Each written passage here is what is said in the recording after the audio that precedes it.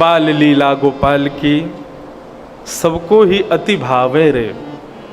ऐसी ठाकुर जी की बाल मधुर लीलाओं का वर्णन। आगे फिर दामोदर प्रसंग की लीला आती है। ठाकुर जी मैया एक दिन दही बिलो रही थी तो ठाकुर जी जाकर के मैया की गोद में बैठ गए। मैया तो को तेरो दूध प्यारो लगे कि तेरो पूत प्यारो लगे, बता दोनों में अच्छो कौन लगे। मैया बोली मेरे को तो मेरो लाला ही प्यारो लगे। अब लालजी 4.5 वर्ष के हो गए, अब भी मैया की गोद से लिपट करके उनका दूध पीते हैं। मैया से कहे मैया मुँह को अपना दूध पिला, तो मैया के लाला अब तू बड़ा हो गया, अब तू गैया को दूध पिए कर। मैंने तो सो कही ना तू को दूध प्यारो है, या हमारे बार बार अपने पूत को दूध के पास भेजे, अपने पास ना रखे। मैया बोली अरे नहीं चल आजा दूध पी ले। और लाल जी माँ से लिपट करके उनका दुग्ध पान करने लगते हैं। कहाँ तक कहें, आज गोवर्धन लीला आएगी, विषय तो वही कहना चाहिए लेकिन अभी प्रसंग वैसा चल रहा है तो इसलिए अभी बता दूं। ठाकुर जी 7 दिन 7 रात्रि पर्यंत अपनी कन्नी उंगली पर गिरिराज जी धारण करते हैं। और तब ठाकुर जी की आयु कितनी है? 7.5 वर्ष। 7 वर्ष के कन्हैया 7 दिन 7 रात्रि पर्यंत ठाकुर जी कन्नी उंगली पर गिरिराज जी धारण करते हैं। ब्रजवासी जो गिरिराज पर्वत के नीचे इंद्र के प्रकोप से स्वयं को बचा रहे हैं, वो कभी सो भी जाते हैं, कभी और क्रियाएं भी करते हैं, लेकिन यशोदा ने एक क्षण के लिए भी लाला को छोड़ा नहीं। कन्हैया को देखती रही, मेरे लाला की शक्ति छीण ना आ जाए, कहीं मेरी लाला के हाथ में दर्द है रहे होगा, उंगली में दर्द, इतना बड़ा पर्वत मेरे लाला ने कैसे उठा लियो। एक बहुत बड़े वैष्णव हैं, ठाकुर जी के अनन्य भक्त। ठाकुर जी के अनन्य भक्त का एक लक्षण यह है कि वो नित्य प्रति अपने हृदय में लीलाएं बनाता रहता है। ठाकुर जी ने ऐसा किया होगा, ठाकुर जी की लीला में ऐसा हुआ होगा, और वो मन की कल्पना ही नहीं है, निश्चित ही वेदव्यास जी संपूर्ण नहीं लिख पाए होंगे, कई भाव भक्तों के हृदय में प्रकट हो जाते हैं। और जरूरी नहीं वो ग्रंथों में नहीं है तो वो ठाकुर जी ने नहीं किया, वो निश्चित ही किया होगा। किया है तभी तुम्हारे हृदय में प्रकट हुआ है, नहीं किया होता तो प्रकट नहीं होता। तो उनके हृदय में एक 96-97 के हैं जोधपुर में श्री सागरिया बाबा। श्रीनाथ जी के पहले सागरिया रहे, सागर की सेवा उनके हाथों में थी 60 साल तक। श्रीनाथ जी को बहुत लाड लड़ाते। उनकी एक उनकी भावना वो क्या बताए, बोले लाला 7 दिन बाद जब ठाकुर जी ने गिरिराज जी पुनः व्यवस्थित किए ना, तो बाकी बात सब ग्वाल वाल गए, कोई हाथ दबा रहा हो, कोई पाम दबा रहा हो, कोई लाला की नजर उतार रहा हो, कोई लाला के सिर पर पट्टी रख रहा हो। बोले लाला तू थक गो होगो, 7 दिन तक तेने गिरिराज पर्वत धारण किया। सब ने ठाकुर जी का खूब उपचार किया। ठाकुर जी बोले मेरी पीड़ा दूर ना होगी। सबने पूछी लाला तेरी पीड़ा दूर कैसे होएगी? बोले जब यशोदा मैया अपने गले से लगा करके अपने पयोधर को पान मुंह को करावेगी तब मेरी पीड़ा दूर होगी। ये 7 वर्ष के कन्हैया कह रहे हैं। और तभी मैया लाल जी को गिरिराज जी की कंदरा में लेकर के जाती है और अपने पयोधर का पान कराती है। और ठाकुर जी मैया का दुग्ध पान करके कहते हैं मैया अब मेरा दर्द ठीक है क्या? मेरी मैया को दूध मिल गया मुंह को। ऐसा इतना प्रेम ठाकुर जी का मां के प्रति।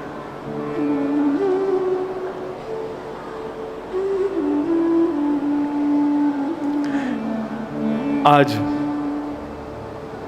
जैसे ठाकुर जी मैया का दूध पीने लगे, सामने अंगीठी में जल रहा दूध, अपने मन में विचार करता है कि आज ठाकुर जी मेरा सेवन नहीं करेंगे, मां के दूध से अपना पेट भर लेंगे। तो स्वयं को जलाने लगा दूध। जलते हुए दूध को देख करके यशोदा मैया ने लाला को दूर बिठा दिया और दूध संभालने चली गई। ठाकुर जी इसी बात से नाराज हो गए।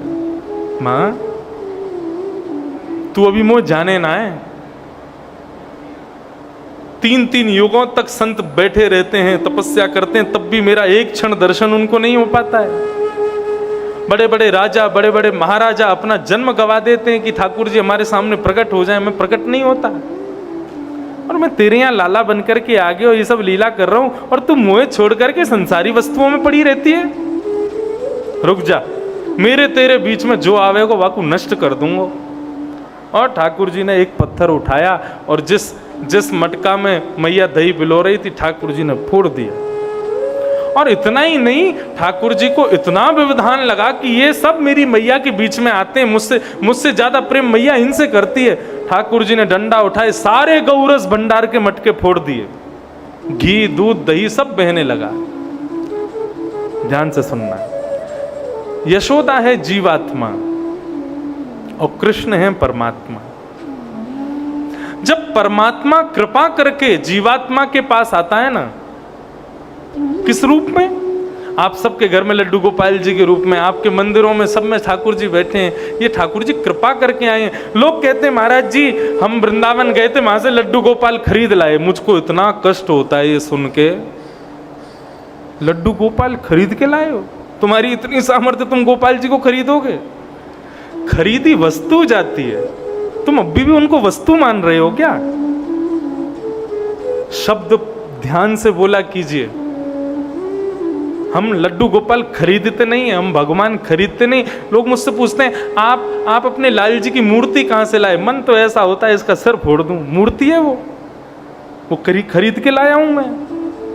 ठाकुर जी हैं, स्वयं पधारे हैं, कृपा करके पधारे हैं, प्रेम से पधारे हैं। कभी भी किसी को कहो अपने गोपाल जी के बारे में, ऐसा नहीं कहना खरीदे, ऐसा कहना महाराज जी हम वृंदावन से ठाकुर जी संग पधारे हैं, हमारे संग आए हैं। ये भाव, शब्दों की मर्यादा। वास्तव में तुम खरीदते नहीं हो उनको। ठाकुर जी जिस दिन अपना निर्माण करवाते हैं ना, उसी दिन अपना घर चुन लेते हैं। मुझे कहाँ जाना है? बोले इंदौर में फलाने फलाने व्यक्ति के घर अपनी सेवा करवानी है। अब वो व्यक्ति वृंदावन आएगा, ठाकुर जी ने क्योंकि मन बना लिया तो तुमको वृंदावन जाना ही पड़ेगा। और तुम नहीं जाओगे तो किसी के द्वारा आ जाएंगे, आएंगे वो तुम्हारे पास। अब जैसे ही तुम वृंदावन आओगे और उस दुकान के आगे से निकलोगे जहां ठाकुर जी विराज रहे हैं, जैसे ही तुम उनके आगे से निकलोगे ठाकुर जी तुरंत तुम्हारे मन में अपनी छाप छोड़ देंगे। और आप फिर पीछे आकर के फिर देखोगे गोपाल जी, अंदर जाओगे, बोले गोपाल जी चाहिए हमको। और एक और बात,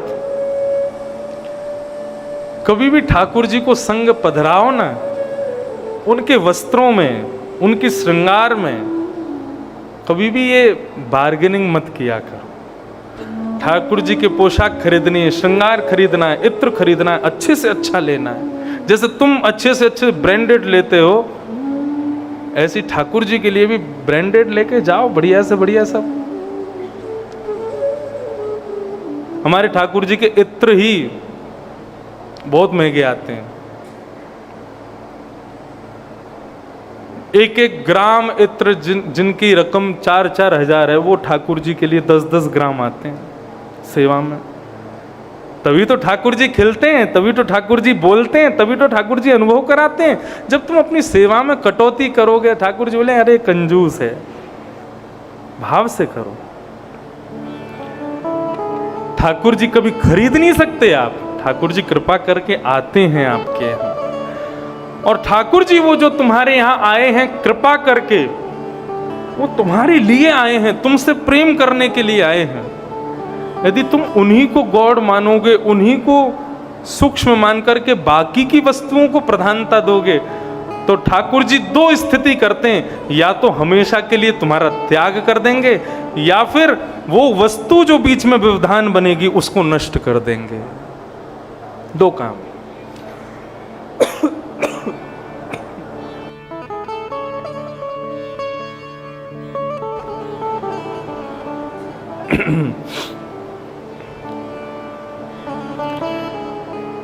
ठाकुर जी ने देखा कि व्यवधान बन रहा है, ये सारा गौरस तोड़ दिया। मैया ने जैसी देखा, दूध दही घी मक्खन सब फैला पड़ा है। मैया बोली आज यदि लाला को मैंने नहीं डांटो, आज यदि लाला को मैंने नहीं समझाया तो बिगड़ जाएगा। और यशोदा मैया छड़ी लेकर के ठाकुर जी के पीछे, आज पहली बार छड़ी उठाई है मैया ने, और कन्हैया के पीछे दौड़ रही हैं। आगे आगे पर ब्रह्म परमात्मा दौड़ रहा है और पीछे पीछे जीवात्मा छड़ी लेकर के दौड़ रहा है। मैया के केशों में लगे हुए जो गजरा है ना पुष्पों के, वो भी अपने फूलों को बिखेर रहे हैं, मानो मैया का पुष्पार्चन कर रहे हो, मैया के चरणों में वंदन कर रहे हो। मैया तेरे सिर पर रहने के योग्य नहीं है, हम तेरे चरणन की धूल हैं। अरे तू जानती नहीं तुझसे कौन डर के भाग रहा है। गोपियां अटारियों पर खड़ी हैं, सब देख रही हैं, अरे मैया पीछे पीछे भाग रही है, आज लाला की तो सामत आएगी, आज तो मैया छोड़ेगी नहीं लाला है। ठाकुर जी गलियों से गलियों में चौकड़ी भर करके भाग रहे हैं, पीछे पीछे मैया भाग रही है। तभी एक वन में पहुंचे। उस वन में ठाकुर जी ने जैसे ही पीछे देखा तो मैया नीचे बैठ गई, जोर जोर से सांस ले रही है, पसीना आ रहे हैं मैया को, दौड़ते दौड़ते हालत खराब। ठाकुर जी बोले मैया कहाँ गए हो? लाला मैं हार गई, मुझसे अपना चलो जा रो। तू हार गई है? बोले हाँ, देख तेरे दूध में कितनी ताकत, हम ना हारे अभी तक। लाला अब तू बात न मत बनावे, अब जल्दी तो मेरी हार को दूर कर। कैसे दूर होगी तेरी हार? बोले यदि तू दौड़ के मेरे गले पे लग जाएगा सोई मेरी हार दूर रह जाएगी। मैया ठाकुर जी बोले मैं ना आऊंगा तेरे पास। क्यों ना आवेगो? बोले तेरे हाथ में छड़ी लग रही है, या छड़ी से तू मुंह को मारेगी, या के डर के मारे मैं ना आ रहा हूं। मैया बोली तो क्या करूं? बोले छड़ी फेंक, मैं आ जाऊंगा। आ जाएगा फिर? बोले हाँ आ जाऊंगा। मैया ने जैसी छड़ी दूर फेंकी, ठाकुर जी दौड़ करके गए, मैया के गले लग गए। मैया ने ठाकुर जी को गले से लगाया। भागवतकार इस भाव का वर्णन ऐसे करते हैं कि परमात्मा कृष्ण है और जीवात्मा यशोदा है। परमात्मा जीवात्मा से डर के कब भागता है? जब जीवात्मा अपने हाथ में अहंकार, दंभ, क्रोध, काम, मोह रूपी छड़ी ले लेता है, तब परमात्मा कहते हैं दूर मेरे पास मत आना, दूर रहो दूर रहो दूर रहो। हम कहेंगे ठाकुर जी हमारे पास क्यों नहीं आते? बोले तेरे हाथ में जो ये छड़ी है ना, काम की, क्रोध की, लोभ की, मोह की, ईर्ष्या, द्वेष, अभिनिवेश, अहंता, ममता, इन सबसे मैं दूर रहता हूं। यदि तू मेरे पास आएगा तो ये छड़ी मुझे छुएगी और ये सब मेरे हो जाएंगे, इसलिए मैं इनसे दूर रहता हूं और इनको जो अपने पास रखता उससे भी दूर रहता हूं। तभी यशोदा कहती है छड़ी फेंक दूं तो आ जाएगा? बोले हाँ आ जाऊंगा। मतलब मानव जैसे ही अपने विकार, अपनी गलत आदतें और अपने ये मन के जितने भी दूषित भाव हैं इनका त्याग कर देता है, तो फिर मानव को नहीं दौड़ना पड़ता ठाकुर जी की तरफ, ठाकुर जी दौड़ते हैं उसकी तरफ। ठाकुर जी आते हैं। ठाकुर जी गए और जाकर के यशोदा मैया से लिपट गए। मैया ने आंखों का रंग बदला, चेहरे का ढंग बदला और कन्हैया का पकड़ा हाथ, बोले चल अब आया तू पकड़ में, चल अब। मैया तेने मुँह से झूठ बोलो, तू बोली हार दूर होएगी, तू मुझको पकड़ के ले जा रही है। मैया तेरो इतनो भरोसा लाला, देखियो मेरा कैसा कोमल हाथ है, देखियो मेरे कैसे कोमल चरण, कितने कोमल मेरे गाल, तुम मुँसो मारेगी, तुम मुझको डांटेगी मैया? बोले सब कोमल है तेरो, बातन ने मत बनावे, अब चल आज तू को पकड़ के बांधूंगी मैं। और यशोदा मैया ठाकुर जी को लेकर के गई और जाकर के ऊखल से बांधने लगी। जैसी ऊखल से बांधे तो सब बताते हैं कि रस्सी छोटी हो जाती है। क्यों? ठाकुर जी कभी बंधन में बंध ही नहीं सकते, उनको कोई बंधन बांध ही नहीं सकता। ठाकुर जी को कौन बांध सकता है? जो स्वयं स्वच्छंद है। बंधन का निर्माण जिसने किया है वो बंधन में कैसे बंध सकता है? लेकिन तभी यशोदा मैया के मुखमंडल को ठाकुर जी देखते हैं, प्रश्वेत के बिंदुओं को देखते हैं, और मैया के मुखमंडल में जो ठाकुर जी के प्रति भाव है उस भाव को जब ठाकुर जी देखते हैं, इतने में ही मैया रस्सी से ठाकुर जी को बांध देती हो, ठाकुर जी बंध जाते हैं। ठाकुर जी सोचते हैं क्यों बंध गया मैं?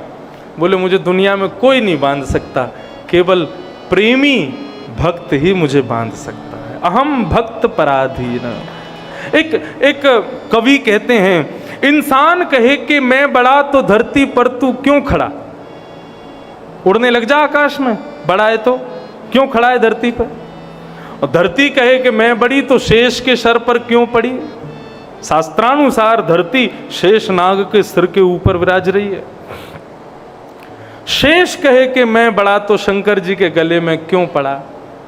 शंकर जी कहें कि मैं बड़ा तो कैलाश पर जाकर क्यों बसा, कैलाश कहे कि मैं बड़ा तो रावण के डर से क्यों खलबला, रावण कहे कि मैं बड़ा तो बाली की कांख में क्यों दबा, बाली कहे कि मैं बड़ा तो श्री राम के बाण से क्यों मरा, और यदि श्री राम कहें कि मैं बड़ा तो भक्तों के हृदय में क्यों बसा, अहम भक्त पराधीन। सबसे बड़ा कौन? प्रेमी भक्त।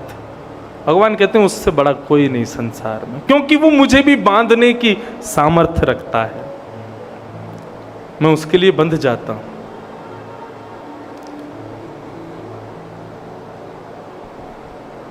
ठाकुर जी बंध गए उखल से। दो वृक्ष यमलार्जुन के वृक्ष नंद भवन में थे, दोनों कुबेर के पुत्र हैं, नलकूवर और मणिग्रीव।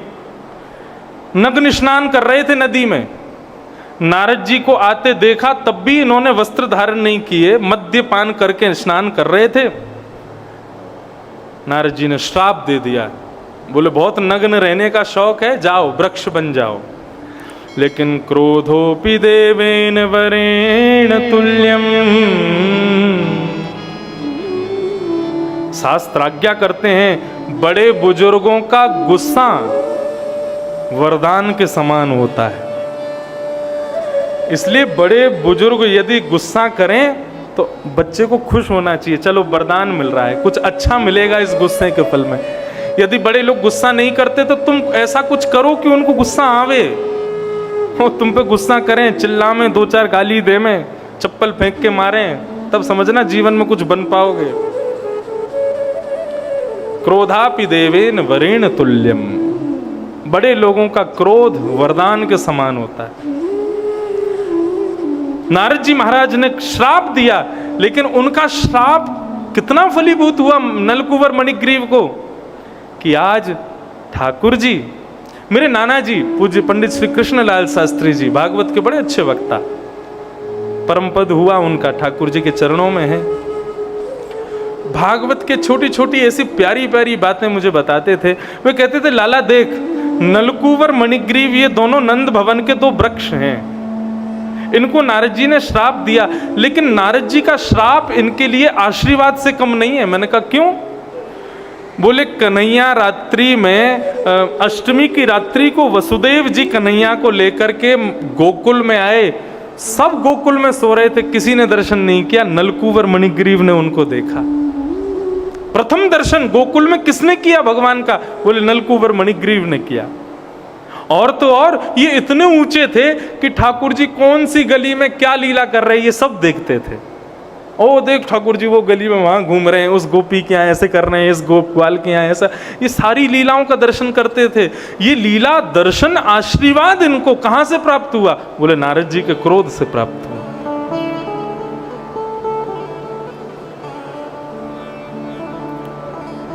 इसलिए बड़े लोगों को गुस्सा आ जाए, प्रसन्न हो जाना, हाँ वरदान मिल गया।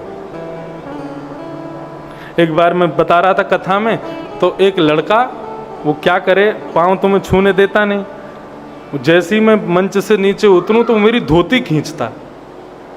एक दिन खींची और मैंने कहा अरे भाई ये क्या करते हो? दूसरे दिन उतरा तो फिर खींची, उसको मैंने पकड़ा, मैंने क्या करता है तू? मैंने पाँव छूता नहीं है, ऊपर से धोती खींचता है। बोले आपको गुस्सा दिला रहा हूँ, आप गुस्सा करोगे वो वरदान बन जाएगा। मैंने कहा जय हो तेरी। मैंने कहा ऐसा गुस्सा भी नहीं दिलाना है।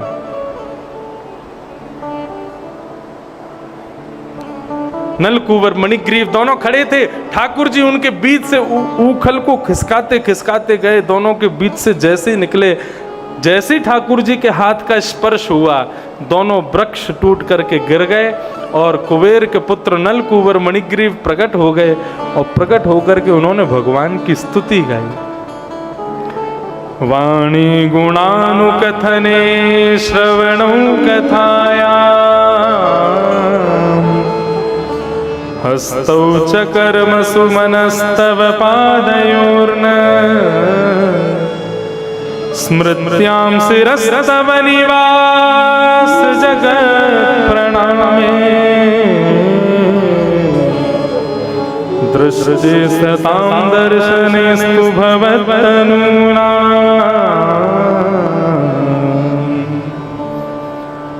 भगवान की स्तुति गाने लगे। बोले प्रभु हम पर कृपा कर दो, हमारी वाणी आपके गुणानुवाद गाए, हमारी कान आपकी कथा में रुचि रखें, हमारे नेत्र आपके दर्शन में रुचि रखें, हमारे हाथ आपके स्पर्श में रुचि रखें, हमारे चरण आपकी प्रदक्षिणा में रुचि रखें, हमारा सर्वांगीण अंग आप में रुचि करे। प्रभु ऐसी कृपा कर दो हम पर, आपके संतों में हमारी श्रद्धा हो जाए, ऐसी हम पर कृपा करो। क्यों?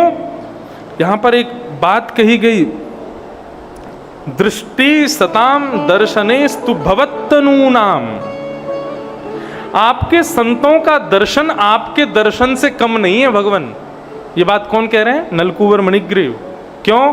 बोले क्योंकि संत जो हैं वो आपका ही अंश स्वरूप है, आपके ही तनु यानी कि पुत्र के समान है। आपका दर्शन भले ही हमको ना हो पाए, लेकिन आप कृपा करना कि आपके सुंदर कथा गाने वाले वक्ता, आपके सुंदर भजन करने वाले संत, आपके सुंदर स्मरण करने वाले ब्राह्मणों का हमको निरंतर दर्शन हो भगवान, ऐसी कृपा हम पर करना। इस प्रकार नलकूबर मणिग्रीव ने भगवान की स्तुति गाई और भगवान को प्रणाम करके दोनों मुक्त होकर के वैकुंठ को प्रस्थान कर गए। भगवान बोले भले आदमी मुझको खोल जाते, मैंने तुमको मुक्त किया, तुम मुझे कर देते, लेकिन नहीं। इसका भी उत्तर देते हैं, बोले कि क्योंकि भगवान साधारण पाश में नहीं बंधे, प्रेम पाश में बंधे हैं। तो प्रेम पाश को हर कोई नहीं खोल सकता, वही खोल सकता है जिसने बांधा है। प्रेम बंधन है। यशोदा मैया को जोर की आवाज आई, वृक्षों की गिरने की, सब दौड़ करके आए। यशोदा मैया ने आकर के लाला को उखल से मुक्त किया और यशोदा मैया ने कहा अब हम यहां नहीं रहेंगे, अब हम वृंदावन चलेंगे, बिहार वृंदावन रहेंगे, अब यहां नहीं रहना।